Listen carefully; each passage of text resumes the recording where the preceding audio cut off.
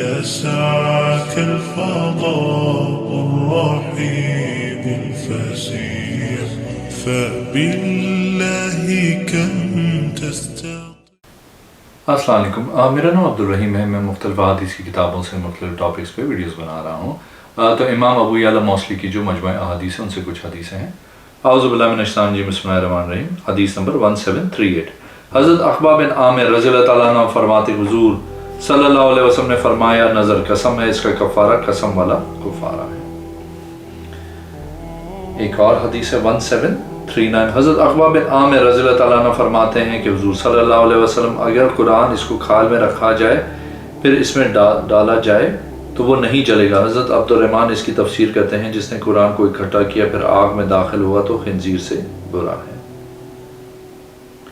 ایک اور حدیث ہے 1740. حضرت عقبہ بن عامر رضی اللہ تعالیٰ عنہ فرماتے ہیں کہ میں نے حضور صلی اللہ علیہ وسلم سے سنا کہ آپ صلی اللہ علیہ وسلم نے فرمایا میری امت کی ہلاکت کتاب اور دودھ میں ہے.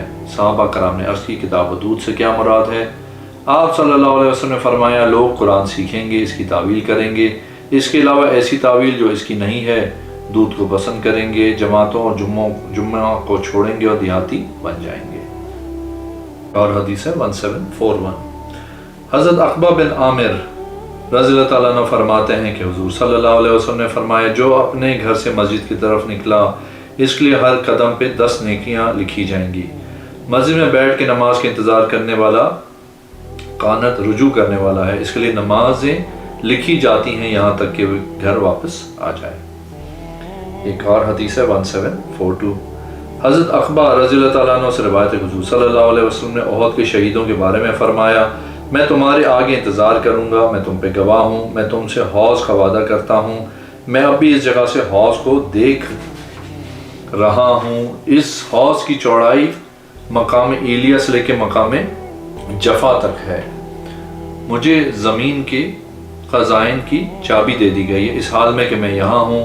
مجھے تم پہ شرک کرنے کا خوف نہیں ہے لیکن میں خوف کرتا ہوں تم پہ دنیا کے زیادہ ہونے کا. حضرت عقبہ رضی اللہ تعالیٰ عنہ فرماتے ہیں یہ میری آخری نظر تھی جو میں نے آپ صلی اللہ علیہ وسلم کو دیکھا. اور حدیث 1743. حضرت عقبہ بن عامر رضی اللہ تعالیٰ عنہ فرماتے ہیں میں نے حضور صلی اللہ علیہ وسلم کو فرماتے ہوئے سنا ہمارا رب اس نوجوان کو پسند کرتا ہے جس میں خواہش نہ ہو، یعنی اپنی جوانی کی حفاظت کرے. ایک اور حدیث 1744. حضرت عقبہ بن عامر رضی اللہ تعالیٰ عنہ فرماتے ہیں حضور صلی اللہ علیہ وسلم نے فرمایا اللہ اس پہ رحم کرے جو گھوڑے کی حفاظت کرتا ہے. ایک اور حدیث ہے 1745. حضرت حشام بن ابی رقیہ بیان کرتے ہیں کہ میں نے مسلمہ بن مخلد سے سنا اس حالت میں کہ وہ ممبر پہ تشریف فرما تھے، وہ خطبہ دے رہے تھے اور فرما رہے تھے اے لوگوں تم کو کیا ہوا ہے، تم عصب و قطان پہنتے ہو، ریشم سے بے پرواہ ہو گئے ہو، یہ آدمی تم میں موجود ہے. حضور صلی اللہ علیہ وسلم کے حوالے سے بیان کرتا ہوں ایک بار کھڑے ہو. حضرت عقبہ بن عامر رضی اللہ تعالیٰ عنہ کھڑے ہوئے. میں سن رہا تھا کہ آپ نے فرمایا میں نے حضور صلی اللہ علیہ وسلم کو فرماتے ہوئے سنا کہ جس نے مجھ پہ جان بوجھ کے جھوٹ باندھا اس کو چاہیے کہ وہ اپنا ٹھکانہ جہنم میں بنا لے. اور میں گواہی دیتا ہوں کہ میں نے آپ کو فرماتے ہوئے سنا جس نے دنیا میں ریشم پہنا اس کے آخرت میں پہننا حرام کیا جائے گا. ایک اور حدیث 1746. حضرت عقبہ بن عامر رضی اللہ تعالیٰ عنہ فرماتے ہیں میں نے حضور صلی اللہ علیہ وسلم سے سنا کہ آپ صلی اللہ علیہ وسلم نے فرمایا جو اللہ تعالیٰ کی راہ میں اپنے جانور سے نیچے گرے اور فوت ہو گیا وہ شہید. ایک اور حدیث 1747. حضرت عقبہ بن عامر رضی اللہ تعالیٰ عنہ فرماتے ہیں کہ انہوں نے حضور صلی اللہ علیہ وسلم سے سوال کیا اپنی بہن کے متعلق کہ ان نے نظر باندھی ہے وہ ننگے پاؤں پیدل چلیں گی بغیر جوتے کے. آپ صلی اللہ علیہ وسلم نے فرمایا اس کو حکم دو کہ وہ جوتی پہنے اور سوار ہو اور 3 روزے رکھے. ایک اور حدیث ہے 1748. حضرت عقبہ بن عامر رضی اللہ تعالیٰ عنہ فرماتے ہیں کہ حضور صلی اللہ علیہ وسلم نے فرمایا شرط میں سے جس کا زیادہ حق ہے اس کو پورا کیا جائے، جس کے ذریعے شرمگاہ حلال کی گئی یعنی نکاح. ایک اور حدیث 1749. حضرت عقبہ بن عامر رضی اللہ تعالیٰ عنہ فرماتے ہیں 3 وقت میں حضور صلی اللہ علیہ وسلم نے ہم کو نماز پڑھنے سے منع کیا اور مردوں کو دفن کرنے سے جس وقت سورج طلوع ہو جائے یہاں تک کہ بلند ہو جائے، دوپہر کے وقت یہاں تک کہ سورج ڈھل جائے اور غروب ہونے کے وقت یہاں تک کہ غروب ہو جائے. ایک ایک اور حدیث ہے 1750 حضرت عقبہ بن عامر رضی اللہ تعالیٰ عنہ فرماتے ہیں حضور صلی اللہ علیہ وسلم نے فرمایا جنت میں ناجائز ٹیکس لینے والا داخل نہیں ہوگا۔ ایک اور حدیث ہے 1751 حضرت عقبہ بن عامر رضی اللہ تعالیٰ عنہ فرماتے ہیں حضور صلی اللہ علیہ وسلم نے فرمایا کیا ابن آدم اس بات سے عاجز ہے کہ وہ دن کے اول حصے میں 4 رکعات ادا کرے اور اس کے لیے دن کے آخری حصے تک کافی ہو۔ ایک اور حدیث ہے 1752 حضرت عقبہ بن عامر رضی اللہ تعالیٰ عنہ حضور صلی اللہ علیہ وسلم سے روایت کرتے ہیں کہ حضور صلی اللہ علیہ وسلم نے قربانی کی جانور تقسیم کیے، مجھے جزا ملا یعنی سال سے کم بکری کا بچہ۔ میں نے عرض کی یا رسول اللہ صلی اللہ علیہ وسلم میرے لیے جزا ہے؟ آپ صلی اللہ علیہ وسلم فرمائے اس کی قربانی کر لے۔ ایک اور حدیث ہے 1753 حضرت عقبہ بن عامر رضی اللہ تعالیٰ عنہ حضور صلی اللہ علیہ وسلم سے روایت کرتے ہیں کہ آپ صلی اللہ علیہ وسلم نے فرمایا جس نے تعویذ لٹکایا اللہ عز و جل اس کو مکمل نہ کرے، جس نے ودعا لٹکایا اللہ عز و جل اس کو آرام نہ دے۔ ایک اور حدیث ہے 1754 حضرت عقبہ بن عامر رضی اللہ تعالیٰ عنہ فرماتے ہیں کہ حضور صلی اللہ علیہ وسلم نے فرمایا جس نے مومن غلام آزاد کیا وہ اس کے لیے جہنم سے فدیہ ہو جائے گا۔ ایک اور حدیث ہے 1755 حضرت عبد الرحمن بن حرملہ سے روایت ہے کہ اسکندریہ سے ہمدان نام کا آدمی بیان کرتے ہیں، اس کو ابو علی کہا جاتا تھا۔ وہ فرماتے ہیں ہم ایک سفر میں تھے، ہمارے ساتھ عقبہ بن عامر بھی تھے، ہم نے ان کو کہا ہم کو نماز پڑھائیں، اللہ آپ پہ رحم کرے۔ حضرت عقبہ نے فرمایا میں ایسا نہیں کروں گا۔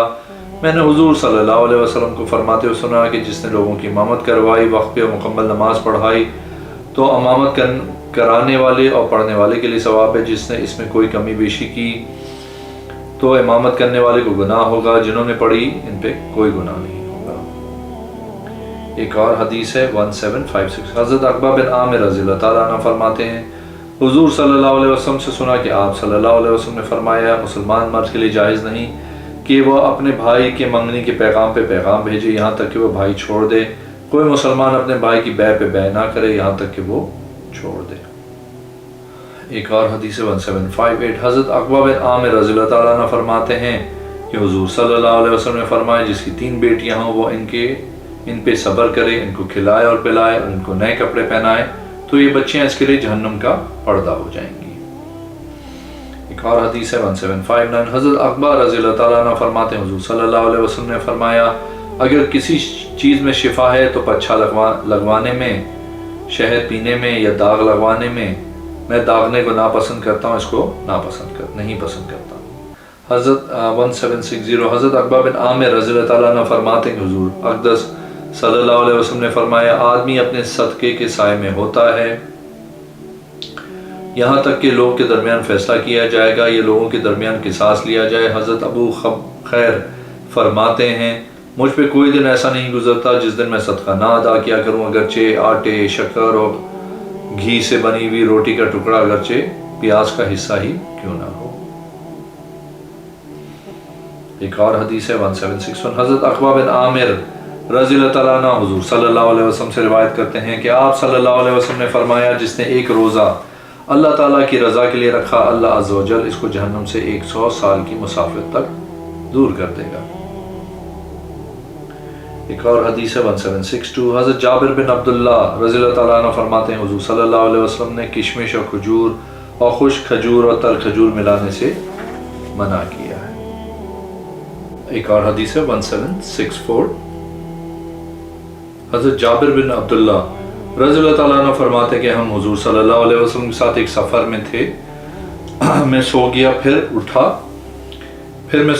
اٹھا، مسلمانوں میں سے ایک آدمی کھڑا ہوا، اس نے کہا نماز نماز۔ حضور صلی اللہ علیہ وسلم ہمارے پاس تشریف لائے اس حال میں کہ آپ صلی اللہ علیہ وسلم کے سر مبارک سے پانی کے قطرے گر رہے تھے۔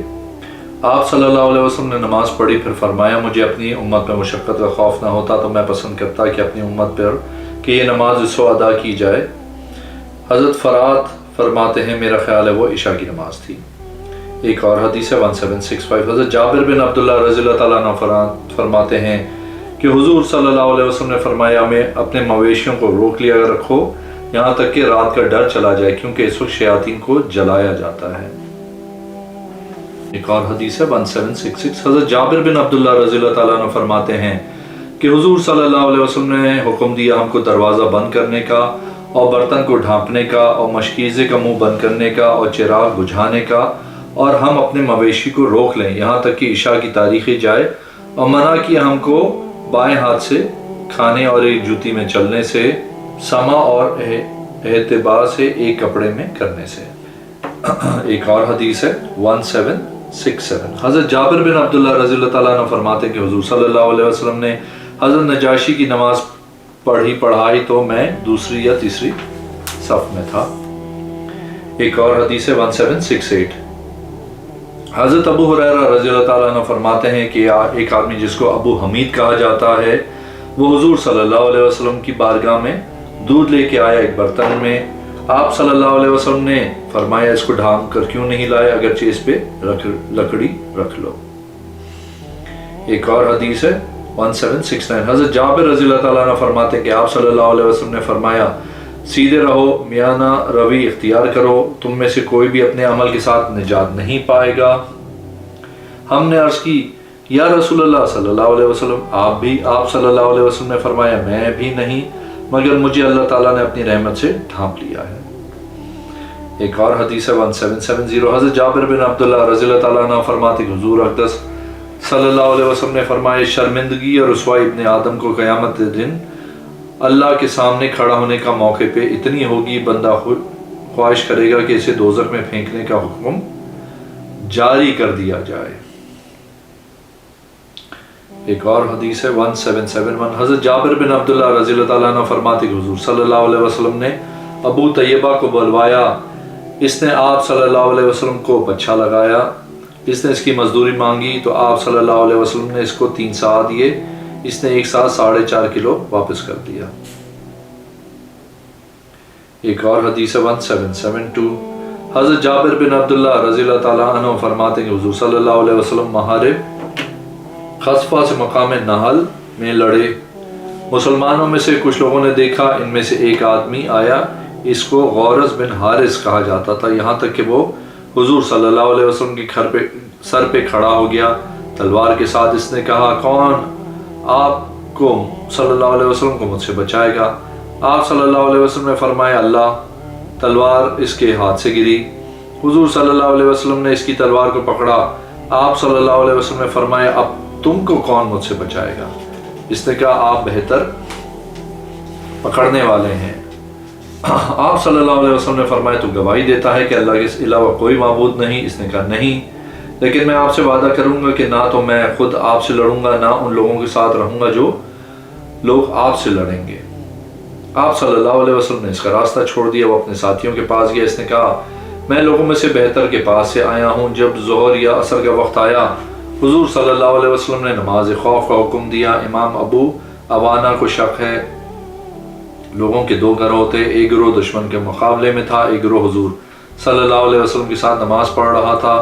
بس جس گروہ سے آپ صلی اللہ علیہ وسلم کے ساتھ 2 رکعت پڑھی پھر وہ چلا گیا، وہ جگہ چلے جس جگہ پہ دوسرا گروہ تھا، وہ آئے، انہوں نے حضور صلی اللہ علیہ وسلم کے ساتھ 2 رکعتیں پڑھی، بس رسول اللہ صلی اللہ علیہ وسلم کی 4 رکعتیں ہو گئیں اور صحابہ کرام کی 2 ہو گئیں۔